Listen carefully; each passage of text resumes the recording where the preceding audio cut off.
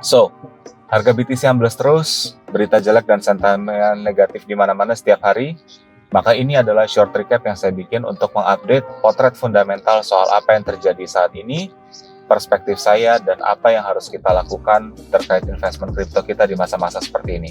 Yuk kita discuss.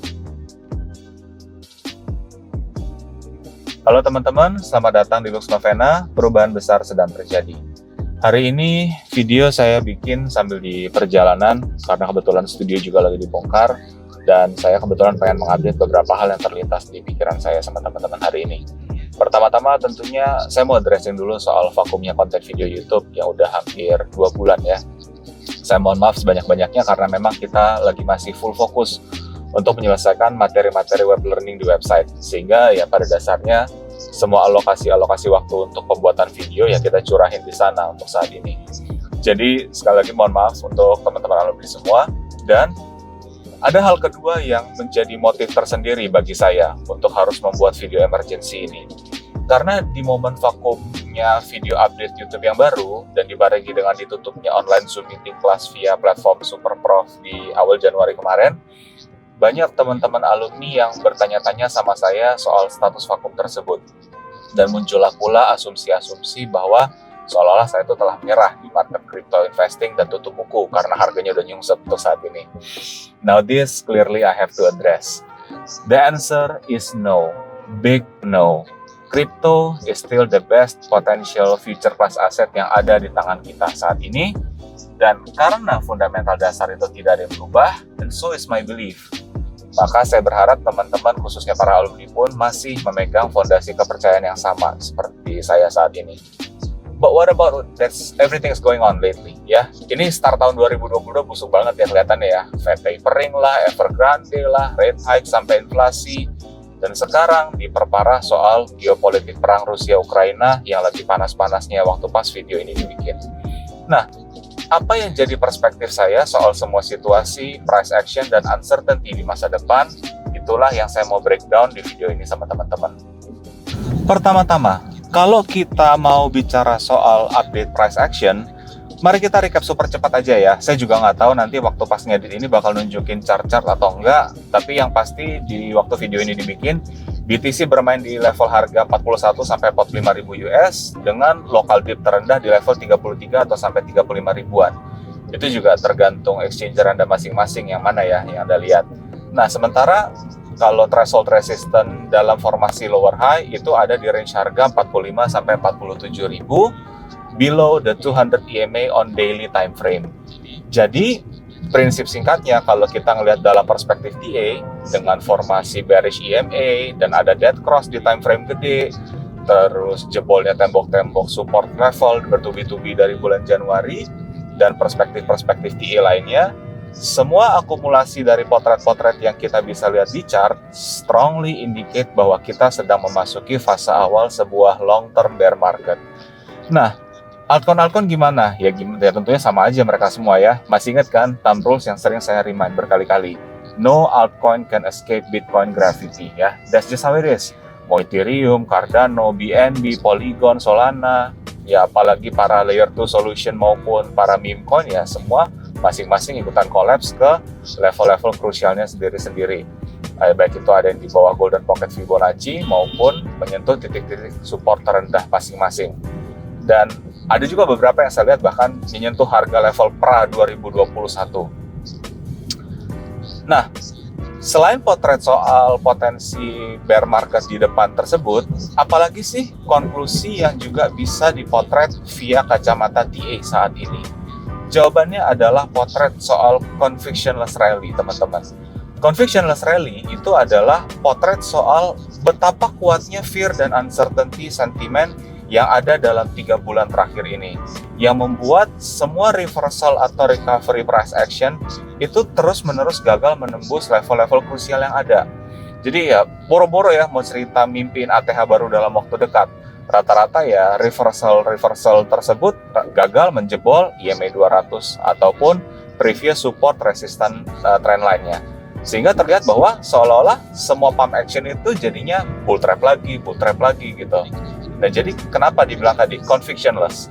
Karena majority retail trader nggak ada yang berani long term holding posisi sama sekali. Ada profit ticket sell off ya. Mental holding jangka panjangnya saat ini lemah di masa krisis seperti ini. Maka marilah kita ngebahas sedikit soal apa yang jadi penyebab convictionless rally tersebut via kacamata fundamental, dan tentunya juga bakal saya summary secara singkat. Summary ini saya belah dan present dengan perumpamaan seolah-olah kita menyajikan hidangan makanan sama seseorang ya. Jadi istilahnya kalau kita di restoran itu kan hidangan penyajian tuh ada yang namanya main course dan ada yang dessertnya atau hidangan pelengkapnya. Nah, di analogi ini main course untuk fundamental negatifnya tentunya adalah US inflation, ya kan? Some of you hear, some of you follow the news, some of you don't. Jadi saya kasih summary singkatnya US inflation. Jadi US inflation itu kan intinya dengan segala hal yang terjadi dalam rentang 2 tahun terakhir di US dalam masa pandemi COVID-19, ada pelambatan sektor retail, global supply chain issues, ada unemployment-nya juga meroket, plus ditambah dengan backfire-nya kebijakan stimulus dan treasury bond buyback terbesar sepanjang sejarah di tahun 2021 kemarin, potensi terjadinya inflasi dengan besaran yang di luar toleransi terhadap US dollar itu akhirnya mulai terlihat di depan mata oleh pemerintah US. Hal ini juga didukung dengan munculnya rapor-rapor merah dari sejumlah laporan statistik ekonomi yang dijadikan indikator untuk melihat inflasi. Contohnya seperti CPI report, jobs report, dan analisa-analisa lainnya yang keluar waktu pas akhir kuartal 2021 kemarin. Sehingga hasil-hasil analisa tersebut pada akhirnya mendorong Fed Bank dan US Government untuk mengambil langkah-langkah antisipatif untuk menghindari adanya penyebaran atau pemburukan angka inflasi tersebut. Dan metode populer institusi pemerintah di mana-mana untuk menangkal inflasi adalah melakukan yang namanya rate hike alias menaikkan suku bunga. Nah, di tahun 2022 ini, sesuai agenda FOMC meeting dari Desember kemarin, akan ada 3 kali jadwal rate hike adjustment yang dieksekusi secara gradual. Dengan jumlah besarannya kita belum tahu, dan juga jadwal eksekusinya pun kita juga belum tahu. Although ya, cuman estimasi jadwal terdekatnya adalah di bulan Maret ini sebenarnya untuk mulai rate hike. Nah, sentimen dan sikap Fed Bank inilah yang menjadi katalis utama menyebarnya fear dan negativity maupun uncertainty di pasar tradisional global, khususnya US stocks.